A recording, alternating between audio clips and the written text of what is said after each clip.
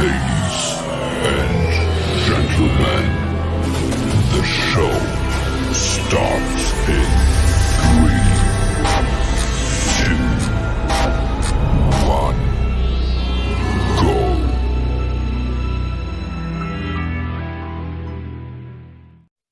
Halo, Assalamualaikum warahmatullahi wabarakatuh. Perkenalkan, nama saya Putri Hanifah Anggreni dengan nomor NIM 20200410368. Di sini saya akan mempresentasikan beberapa materi dari mata kuliah komunikasi bisnis. Aja sih yang akan kita bahas. Yang pertama, komunikasi interpersonal. Yang kedua, memahami gaya komunikasi berdasarkan personality. Yang ketiga, gaya komunikasi asertif, pasif, dan agresif. Dan yang keempat, komunikasi powerful. Komunikasi interpersonal menurut Mulyana adalah komunikasi antara orang-orang secara tatap muka yang dilakukan secara langsung, baik secara verbal maupun non-verbal. Berdasarkan sifatnya, komunikasi antar pribadi dibedakan menjadi dua macam, yaitu komunikasi diadik dan komunikasi kelompok kecil. Nah, tujuan dari komunikasi interpersonal sendiri adalah mengungkapkan perhatian kepada orang lain, mengenal diri sendiri, mengetahui dunia luar, membangun dan memelihara hubungan yang harmonis, serta mengubah sikap dan perilaku. Bentuk komunikasi dalam pengembangan bisnis sendiri adalah komunikasi ini dapat dilakukan pada seseorang yang membutuhkan pencerahan mengenai bisnis, seperti mengenai arahan permodalan, menemukan ide bisnis, mengatur manajemen bisnis, dan masih banyak lagi. Teori komunikasi interpersonal sendiri ada 3, yaitu teori interaksi simbolik, teori penetrasi sosial, dan teori AIDA. Teori AIDA sendiri adalah singkatan dari attention, interest, desire, dedication, dan action.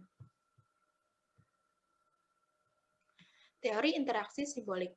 Simbolik sosial berupa dapat mewujud dalam bentuk objek fisik, kata-kata, serta tindakan. Nah, teori interaksi simbolik ini biasanya dia hanya fokus pada pentingnya konsep diri dan persepsi yang dimiliki individu berdasarkan interaksi dengan individu lainnya. Teori penetrasi sosial. Teori penetrasi sosial ini adalah perkembangan hubungan yang bergerak mulai dari tingkatan yang paling dangkal menuju ke tingkatan yang paling terdalam. Nah, itu sifatnya adalah pribadi. Yang terakhir, teori AIDA. Teori AIDA ini adalah peran komunikator sebagai penyampai pesan berperan penting. Nah, adapun faktor-faktor yang mempengaruhi keterangan dari elemen-elemen teori AIDA ini. Yang pertama, attention. Attention artinya perhatian. Contoh perhatian itu maksudnya kayak keinginan seseorang untuk mencari dan melihat sesuatu. Interest, ketertarikan. Perasaan ingin mengetahui lebih dalam tentang sesuatu hal yang menimbulkan daya tarik bagi konsumen. Yang ketiga, desire. Desire keinginan. Kemauan yang timbul dari dalam hati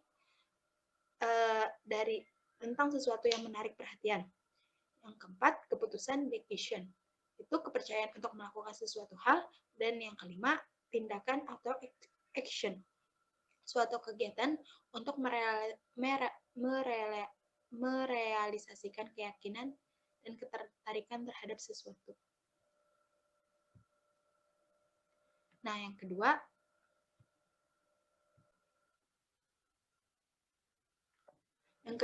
memahami gaya komunikasi berdasarkan personality. Apa itu gaya komunikasi? Gaya komunikasi adalah cara seseorang berinteraksi dengan cara verbal maupun non-verbal. Nah, artinya itu memberikan sebenarnya itu harus dipahami atau dimengerti untuk mendapatkan respon dan tanggapan tertentu dalam situasi tertentu pula. Nah, mengapa sih gaya komunikasi itu penting? Yang pertama, seseorang lebih baik dalam menyampaikan ide. Kedua, membangun hubungan dengan orang lain. Yang ketiga, mempromosikan sesuatu. Dan yang terakhir, bisa meningkatkan kepercayaan orang lain. 4 gaya komunikasi. Yang pertama, visual, kedua, auditory, yang ketiga, kinestetik, dan yang terakhir, auditory digital. Visual adalah orang yang cenderung lebih dominan menggunakan penglihatan dalam menilai sesuatu. Kedua, visual juga itu biasanya itu berdiri atau duduk dengan kepala atau badan seiring dengan pandangan matanya. Terus cenderung berpakaian rapi dan teratur. Yang keempat, mereka lebih sering membaca daripada dibacakan. Dan yang terakhir, mereka lebih suka melihat gambar, penggunaan warna dan dekorasi, dan informasi secara grafik dan gambar. Auditory ini biasanya itu mereka tuh sering menggerakkan mata ke samping. Yang kedua, mereka itu lebih mengulang kembali dengan apa yang mereka tuh mengulang kembali banyak hal kepada seseorang dengan cara mendengarkan, dan biasanya juga suka musik dan bicara di telepon. Mereka mengingat melalui langkah-langkah, prosedur, dan urutan. Seseorang auditory juga senang diberitahu ketika mereka melakukan dan meresponnya dengan suaranya tertentu.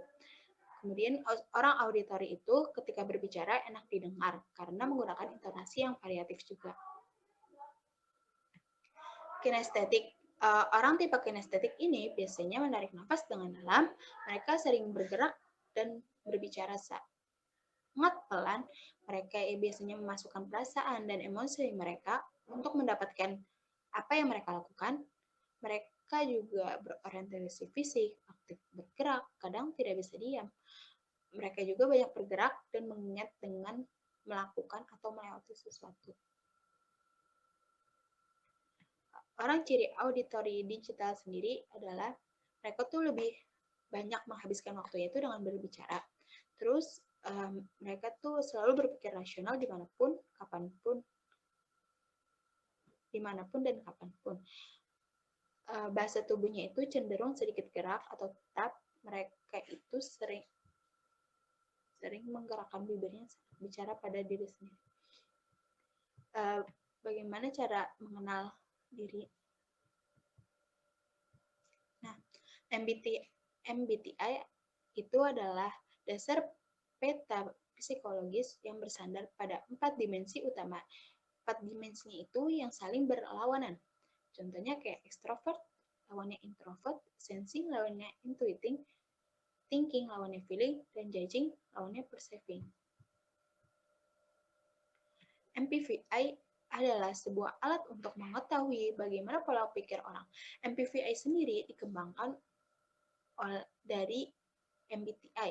Nah, biasanya itu digunakan dalam dunia industri, pendidikan, maupun untuk kepentingan konseling individual. Nah, basic personality ini adalah kayak mengenali karakter seseorang berdasarkan kemampuannya untuk berinteraksi kepada orang lain. Apa aja sih karakter basic personality? Yang pertama, choleric. Choleric itu orang yang terbuka, ambisius, bekerja keras, tetapi cenderung keras kepala. Yang kedua, melankolis. Melankolis itu orangnya tertutup, merasa perfeksionis, tetapi cenderung suka murung. Yang ketiga, sanguinis. Orangnya super terbuka, ramah, responsif, dan spontan. Dan yang terakhir, pragmatis. Itu orang yang santai, cuek, tenang, tetapi cenderung susah keluar dari zona nyaman. This adalah singkatan dari dominan, influence, steadiness, dan compliant. List ini ditemukan oleh psikolog dari Universitas Harvard pada tahun 1920 dengan cara mengembangkan sebuah teori untuk konsep pengembangan diri seseorang.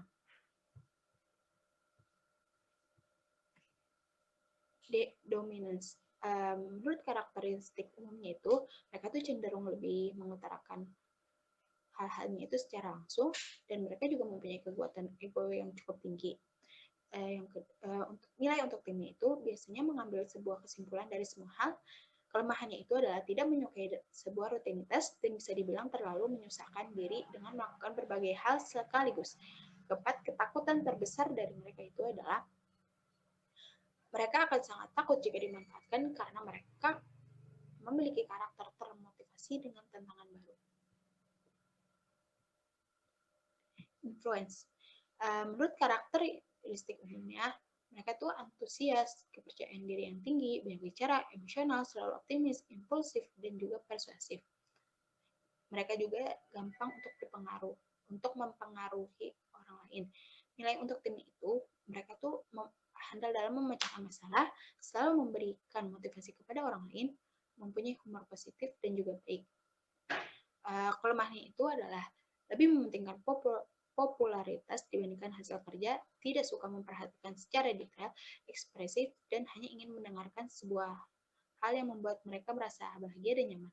Ketakutan terbesarnya mereka adalah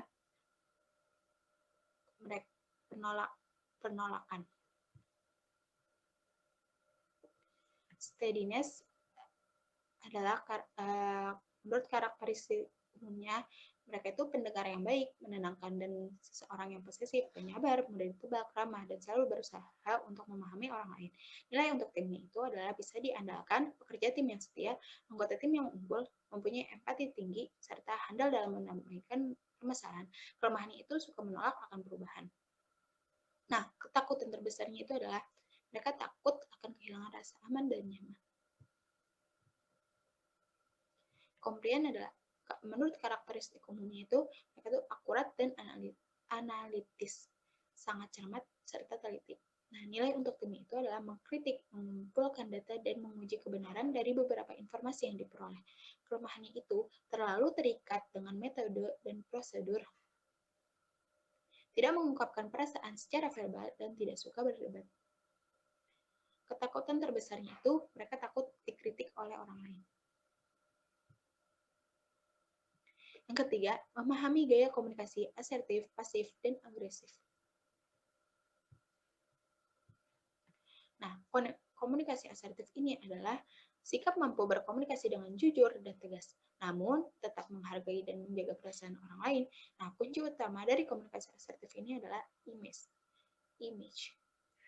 Sampaikan perasaan, pikiran, atau opininya. Tingkah laku dalam komunikasi asertif sendiri adalah pertama, bermain dalam ketentuan yang jelas dan rasional. Kedua, tegas dalam menentukan pilihan tanpa memaksakan kehendak kepada orang lain. Ketiga, tetap berpandang positif dan baik dalam menghadapi suatu permasalahan. Yang keempat, cara pandang yang positif dan optimis. Kelima, percaya diri dan terbuka.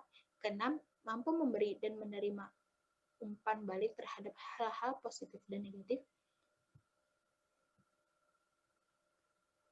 Teknik komunikasi asertif sendiri adalah menggunakan ekspresi yang nyaman untuk dipandang, menjaga intonasi dalam memberikan ketegasan tapi dapat menyenangkan orang lain, mendengarkan secara baik lawan bicara yang sedang mengatakan sesuatu, menanyakan pertanyaan, selalu berpandang untuk menemukan solusi yang terbaik. Nah, kategori dari perilaku asertif sendiri adalah asertif penolakan, asertif pujian, dan asertif permintaan. Asertif penolakan itu, dia tuh contohnya itu ucapan untuk memperhalus. Contohnya maaf. Kedua, asertif pujian itu mengekspresikan perasaan positif, misalnya menghargai, menyukai, mencintai, mengagumi, dan lain-lain. Dan yang ketiga, asertif permintaan itu asertif yang terjadi kalau seseorang meminta orang lain melakukan sesuatu yang memungkinkan dengan tujuan seseorang itu tercapai. Pokoknya mereka itu meminta tolong kepada orang lain, tapi tanpa ada tekanan atau paksaan sendiri. Nah, komunikasi pasif sendiri adalah gaya komunikasi saat individu lebih banyak mendengarkan orang lain dibandingkan perasaan dirinya. Nah, tujuan dari komunikasi pasif adalah untuk menghindari konflik dan konfrontasi serta mencari rasa aman. Ciri-ciri sikap pasif, yang pertama, tidak mampu membuat permintaan kepada lawan bicara. Kedua, cenderung menyimpan keinginan dalam hati dan enggan untuk mengungkapkannya. Ketiga, menghindari kontak mata lawan dan tidak mampu menatap mata orang yang bercakap.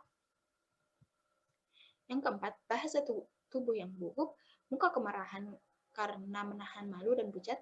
Dan yang keenam, bercakap dengan perlahan dan tidak kedengaran. Nah, bagaimana sih cara menghadapi perilaku pasif? Yang pertama, berikan kesempatan. Yang kedua, pancing kelebihan mereka. Yang ketiga, pahami sebab mereka malu. Dan yang keempat, jalin komunikasi. Nah, komunikasi agresif sendiri adalah gaya komunikasi saat individu mengekspresikan perasaan dan pendapat mereka untuk memenuhi kebutuhannya dengan cara menyakiti atau melanggar hak-hak orang lain. Nah, tujuannya itu adalah untuk mendominasi dan merasa menang, serta membuat orang lain merasa kehilangan. Nah, dari kemenangan tersebut, mereka itu dilakukan dengan cara-cara yang negatif, seperti memalukan, merendahkan, bahkan meremehkan orang lain. Ciri-ciri seseorang berperilaku agresif, pertama, perilaku diam, kedua, penghinaan halus, yang ketiga, perilaku cemberut, dan yang keempat, sikap keras kepala. Bagaimana sih cara menghadapi perilaku agresif sendiri? Lihat situasi di luar permukaan. Kedua, fokus pada konten bukan pada penyampaian. Ketiga, singkirkan sikap ego dari komunikasi.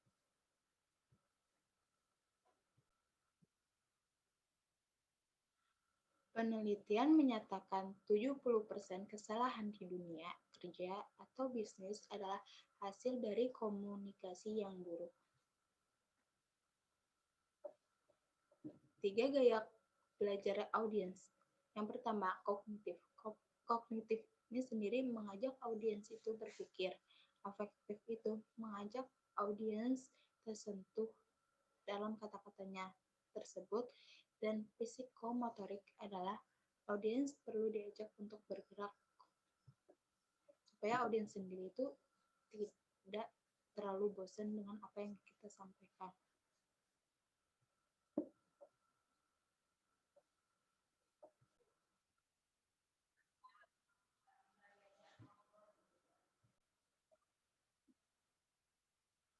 Empat hal yang harus diketahui agar presentasi menjadi berkesan. Yang pertama, apa yang disampaikan di awal. Itu dengan kita melakukan opening sekitar 3 menit. Pertama, dengan kita melakukan opening sekitar 3 menit pertama, menunjukkan apakah presentasi yang kita bawakan menarik atau tidak. Dan kemudian apa yang disampaikan berulang-ulang. Maksudnya itu, ketika kita memiliki kata kunci tersebut, kita harus sering mengulang-ulang karena itu akan menjadikan seorang audiens itu untuk bisa dari berpikiran pendek menjadi berpikiran panjang.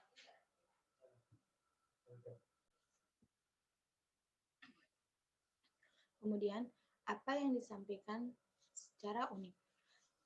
Maksudnya itu, bagaimana caranya agar kita dapat menyampaikan presentasi secara menarik dan berbeda dengan yang lain, sehingga audiens dapat mengingatnya lebih mudah. Contohnya itu dengan kita melakukan games ataupun pantun ataupun yang lain-lain.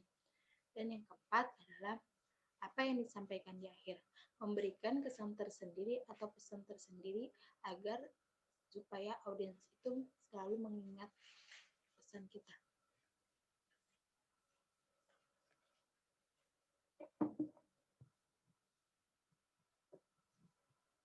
Kemudian, komunikasi efektif dan public speaking.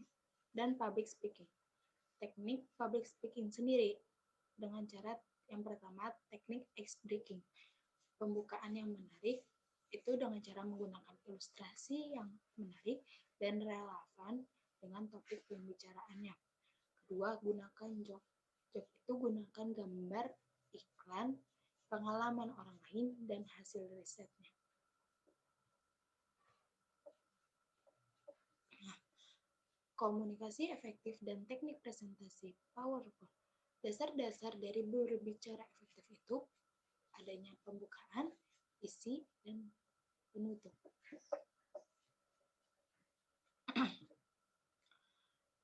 Nah, Teknik yang kedua itu menggunakan teknik vokal. Pertama itu pernapasan dengan cara pernapasan, volume, ekspresi vokal. Ekspresi vokal ini terbagi menjadi 3, pitch, pitch, dan phrasing. Pitch itu adalah tinggi rendahnya suara. Pitch adalah kecepatan berbicara. Phrasing adalah kecakapan memenggal kalimat disertai jeda. Yang harus diperhatikan ketika presentasi adalah kekuatan tangan, ekspresi wajah, dan kontak mata.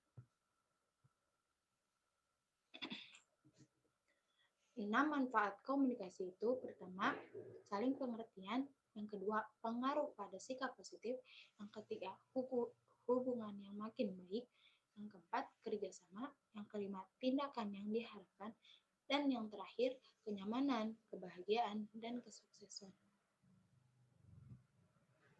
Sekian dari saya, kurang lebihnya mohon maaf. Assalamualaikum warahmatullahi wabarakatuh.